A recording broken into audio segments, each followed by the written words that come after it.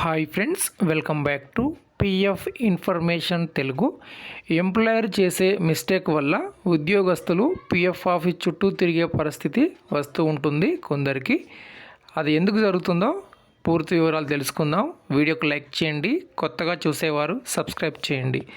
నేను ప్రతి ఒక్క వీడియోలో చెప్తూ ఉంటాను, తప్పకుండా మీరు ఒక సంవత్సరంలో ఒక్కసారైనా పిఎఫ్ అడ్వాన్స్ అప్లై చేసుకోండి. అలా అప్లై చేస్తే మీ ఈపీఎఫ్ అకౌంట్లో ఏమైనా సమస్యలు ఉంటే మీకు తెలుస్తాయి. వెంటనే మీరు మీ ఎంప్లాయర్ దృష్టికి తీసుకెళ్ళి వాటిని పరిష్కరించుకోవడానికి అవకాశం ఉంటుందని చెప్తాను. కానీ చాలామందికి అది పట్టించుకోరు. ఎందుకంటే సర్లే మేము ఇప్పుడు ఉద్యోగం చేస్తాం, ఎప్పుడో 5 ఇయర్స్కో 10 ఇయర్స్కో అవసరం ఉంటే తీసుకుందాంలే అనేసి. సో ఇక్కడ వీరు ఏం చేశారంటే 9 సంవత్సరాలు ఉద్యోగం చేశారు. ఈ 9 సంవత్సరాల్లో ఎప్పుడు కూడా ఒక్కసారి కూడా అడ్వాన్స్ అనేది తీసుకోలేదు. ఇప్పుడు పిఎఫ్ విత్డ్రా చేయాలనేసి మనల్ని కాంటాక్ట్ అయ్యారు. సో వారి యొక్క సర్వీస్ హిస్టరీ చూడినప్పుడు పిఎఫ్ అమౌంట్ కనిపిస్తుంది, కానీ అక్కడ సర్వీస్ హిస్టరీలో ఎటువంటి సర్వీస్ అనేది కనిపించట్లేదు. అంటే date of joining, date of exit అనేది లేకుండానే ఎంప్లాయరు తనకు పిఎఫ్ ఐడి అనేది క్రియేట్ చేయడం జరిగింది. సో ఇప్పుడు వారి యొక్క సర్వీస్ హిస్టరీ ఇప్పుడు నేను మీకు చూపిస్తాను. ఓకే ఫ్రెండ్స్, ఇప్పుడు మనము పిఎఫ్ పాస్బుక్లోకి లాగిన్ అయి ఉన్నాం. లాగిన్ అయిన తర్వాత ఇలా మనకు ఓపెన్ అవుతుంది.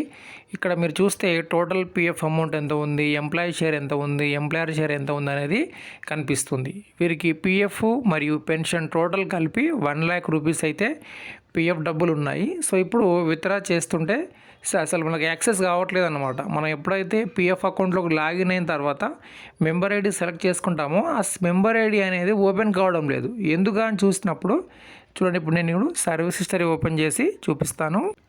ఇప్పుడు సర్వీస్ హిస్టరీ ఇక్కడ ఓపెన్ చేశాను. మీరు ఏదైనా ఒక కంపెనీలో జాయిన్ అయినప్పుడు ఇక్కడ కంపెనీ నేమ్ ఉంటుంది, తర్వాత పిఎఫ్ మెంబర్ ఐడి ఉంటుంది, ఇక్కడ డేట్ ఆఫ్ జాయినింగ్, అలానే ఒకవేళ మీరు ఎగ్జిట్ అయ్యి ఉంటే డేట్ ఆఫ్ ఎగ్జిట్ కూడా అప్డేట్ ఉంటుంది. కానీ ఇక్కడ మీరు చూస్తున్నారు ఎటువంటి డేట్ ఆఫ్ జాయినింగ్ కానీ డేట్ ఆఫ్ ఎగ్జిట్ కానీ లేదు. అందుకోసం మనకి ఇప్పుడు పిఎఫ్ విత్డ్రాల్ చేయడానికి అవకాశం అయితే లేదు. అలానే ఇక్కడ మీకు పూర్తి సర్వీస్, అంటే మీరు ఒకే కంపెనీలో డ్యూటీ చేసి ఉంటే ఒకే కంపెనీకి సంబంధించిన సర్వీసు, లేదంటే మల్టిపుల్ కంపెనీస్, కొందరు 5-6 కంపెనీలో డ్యూటీ చేసి ఉంటారు. సో టోటల్ సర్వీస్ ఎంత ఉంది అనేది ఇక్కడ మనకు పైన చూపిస్తూ ఉంటుంది. ఇప్పుడు వీరికి ఈ విధంగా నేను చెప్పాను ఏంటంటే, ఇప్పుడు date of joining, date of exit మనకు అప్డేట్ లేదు కాబట్టి జాయింట్ డిక్లరేషన్ తీసుకొని పిఎఫ్ ఆఫీస్లో సబ్మిట్ చేయాలి అని చెప్పాను. చెప్తే వారేమంటున్నారంటే, ఇదేంటి నా డబ్బులు నేను విత్డ్రా చేసుకోవడానికి ఆన్లైన్లో ఆప్షన్ ఉండాలి, కానీ నేను ఇప్పుడు ఎక్కడో బెంగళూరులో ఉన్నాను, దానికోసం మళ్ళీ ఇప్పుడు నేను హైదరాబాద్ వచ్చేసి జాయింట్ డిక్లరేషన్ ఫిల్ చేసి మళ్ళీ పిఎఫ్ ఆఫీస్లో ఇవ్వాలా? ఇది ఎక్కడిది? ఇది ఒక రకమైనటువంటిది ఈపీఎఫ్ మోసం చేస్తుంది ఉద్యోగస్తుల్ని అని అన్నారన్నమాట. ఓకే, అంటే ఏదైనా మన వరకు వస్తే కానీ అది ఏంటని తెలియదు.